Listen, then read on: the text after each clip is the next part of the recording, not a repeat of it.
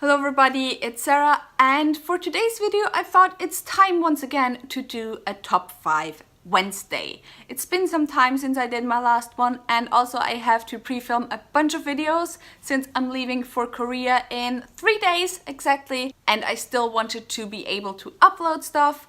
And Top 5 Wednesday is always a good topic for videos for that if you have to pre-film a bunch of stuff. But anyway, today's topic is our top 5 independent ladies, and what that means is that it's all about those ladies that might have a romance subplot, we don't know, but that definitely don't get distracted by their love interests in getting shit done. And when I read that topic, I was very confused for a second because I was like, why is it just leading ladies? Can't there also be like leading men who don't get distracted by love interests or stuff? And then I noticed that no, of course it's only ladies, because for the men, at the end of the story, the love interest is the prize and they're never distracted by them. And if they ever are distracted by a woman, it's probably an evil sorceress.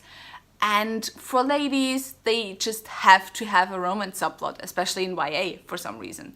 And it's not uncommon if you have a female main character, especially in YA again, that halfway through your fantasy story, your story will turn into a love story. And you're just like, where did that like big looming threat go? How can you just go and frolic in the meadows or whatever while you still have that huge war coming your way? So yeah, that was just some thoughts that I had beforehand. But now let me get into my 5 picks. I actually only found 5 because first of all, I didn't want to choose multiple characters from the same author.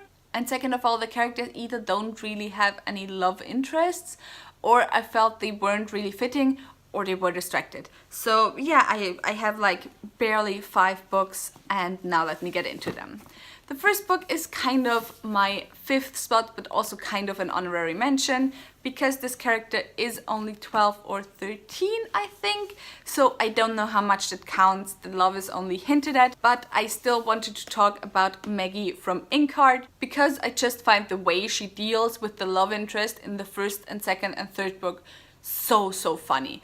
In the first one, like, it's kind of set up. It's kind of like a puppy romance type of thing. In the second book, she just forgets about him and fucks off to another world.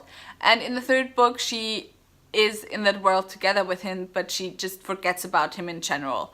And yeah, that was kind of amusing to me, to be honest. So that's why she deserves a spot on this list. On the 4th spot, I put Sonea from the Magician's Guild, I think the series is called. I still don't know what it's called, or is it the Black Magicians trilogy?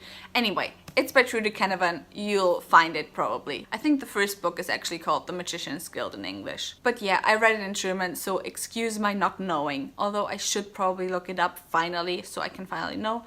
But anyway, Sonea, I can't say too much because knowing the love interest would spoil very much of the story, but the thing that I can say is that it's kind of amazing both for her and for her love interest how they dealt with everything at the end, because they could potentially just have fucked off and just have said, you know what, we finally found each other, we're finally happy, let's just live a happy life, and the people at home should just, like, they can look out for themselves, let's not care about them. But they don't do that, and they go back and they sacrifice a lot, and that's why Sonea is my 4th spot, because it's actually Sonea and her love interest both. But I still wanted to put her on this list. After this, I have Sorka from Daughter of the Forest by Juliet Marillet. I have the feeling that I talk about this character a lot in the past few videos. Like the latest video that I uploaded was all about my favorite strong female characters once again, and I put her in that as well. If you want to check it out, I'll leave it in the description box down below. But anyway, the reason why I think she's an amazing independent character is she has this quest to save her brothers, and then a love interest comes along, and she doesn't fuck around a lot. She does fall in love, but she doesn't fuck around with him a lot, and she just concentrates on getting her brother safe, and it's just like, no, that comes first. Like, maybe I'll have time afterwards, but that comes first. and that is absolutely amazing. For the second character, I have a character that I actually don't really like that much, and it's actually also not a leading lady, but I still wanted to put her on here, and that is Egwene from the Wheel of Time series by Robert Jordan. Egwene is kind of a main side character, and she does have this childhood romance with our main character at the very beginning of the book, like they're promised to each other and everything, and they do love each other. But then this witch type woman comes along who is an Aes Sedai, who are like the witches of that world, and tells her like she has potential and offers her a place among the Aes Sedai and that she could study with them.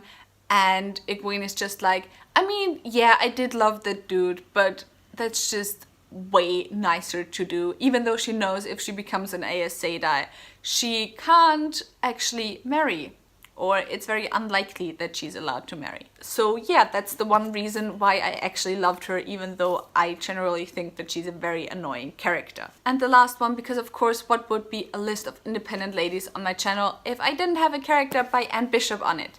And the character I'm talking about is Gloriana Belladonna by Anne Bishop, and she is a character who is very powerful and in whom men never displayed any interest, so she's very lonely as well. And then in this book, finally a man comes along who shows interest, who she can picture her future life with, and she decides to just sacrifice it all and just go and do something where she knows she'll probably never come back ever again, and she'll probably lose herself and stuff. Just because love just isn't worth it, and she needs to save the world, even though the world always hated her and was always against her. And that's why she got the #1 spot on this list. And that was already it for this Top 5 Wednesday. I really hope you enjoyed it. If you did, maybe think about giving me a thumbs up or subscribing. Tell me in the comments down below who your favorite independent characters are. All the links to my social media are in the description box down below as well, so go and check those out, and I hope I'll see you soon. Bye!